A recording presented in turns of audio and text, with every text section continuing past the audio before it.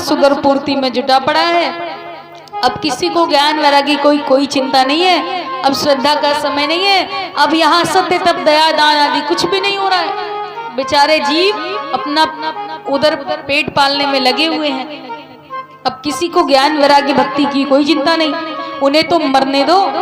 ऋषि नारद ने कहा नहीं, मैंने भक्ति को वचन दिया है, मैं ज्ञान वैराग्य को स्वस्थ करूंगा। आप मुझे साधन बताइए, सत्कर्म बताइए। तो सनकादिक ऋषियों ने कहा, महाराज यदि आपने उन्हें वचन दिया है तो आप उन्हें श्रीमद् भागवत की कथा श्रवण कराइए, वो स्वस्थ हो जाएंगे। तत्काल हरिद्वार के पास आनंद नामक घाट पर श्रीमद् भागवत कथा का आयोजन प्रारंभ हुआ। कहते हैं कथा सुनने में दिनों का कोई नियम नहीं है, इसे तो सदा सर्वदा सुनना चाहिए। जब भी समय मिले तब सुनो। तो कथा प्रारंभ हुई और जब कथा प्रारंभ हुई भक्ति प्रांगण में प्रकट होती है कि भक्ति सुतो तो तरुणो गृहीत्वा प्रेम की रूपा सहसा अविराशी श्री कृष्ण गोविंद हरे मुरारे नाथेति नामानि मुहुर्वदन्। भक्ति अकस्मात नृत्य करती हुई प्रांगण में प्रकट होती है। दोनों पुत्र तरुण अवस्था को प्राप्त होते हैं। बार बार श्री कृष्ण गोविंद हरे मुरारी का कीर्तन करती है, नृत्य करती है। तो किस प्रकार आप भी तालियों के साथ बोलेंगे कि श्री कृष्ण गोविंद हरे मुरारी हे नाथ नारायण वासुदेव।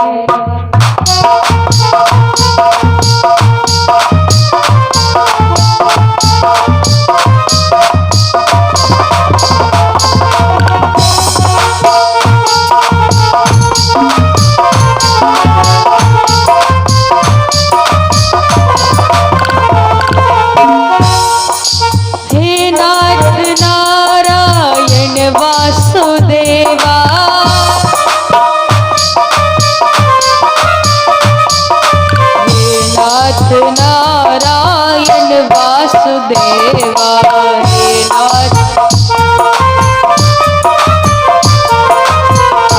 बोलो श्री कृष्ण गोविंद हरे मुरारी हे नाथ नारायण वासुदेवा श्री कृष्ण गोविंद।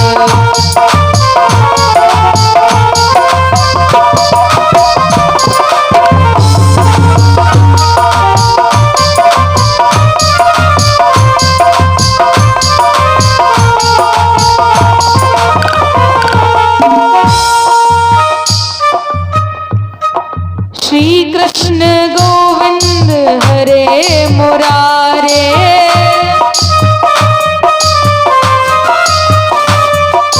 श्री कृष्ण गोविंद हरे मुरारे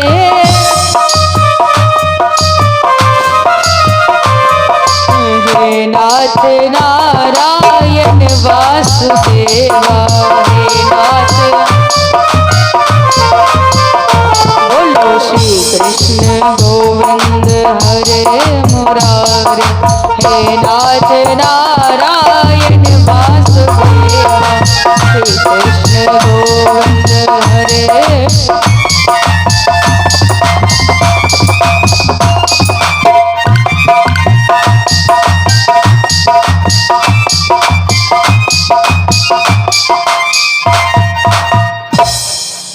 बोले गोविंद भगवान की, भक्त वत्सल भगवान की।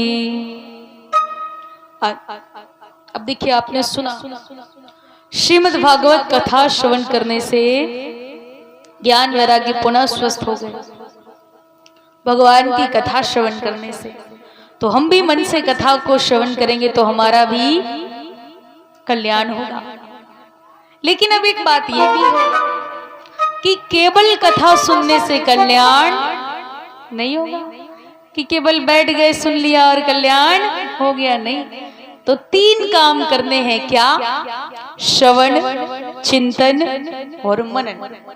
आप यहाँ बैठे सुन रहे हैं, आपने श्रवण किया है, अब आपने सुन तो लिया, पहला काम कर लिया, श्रवण कर लिया।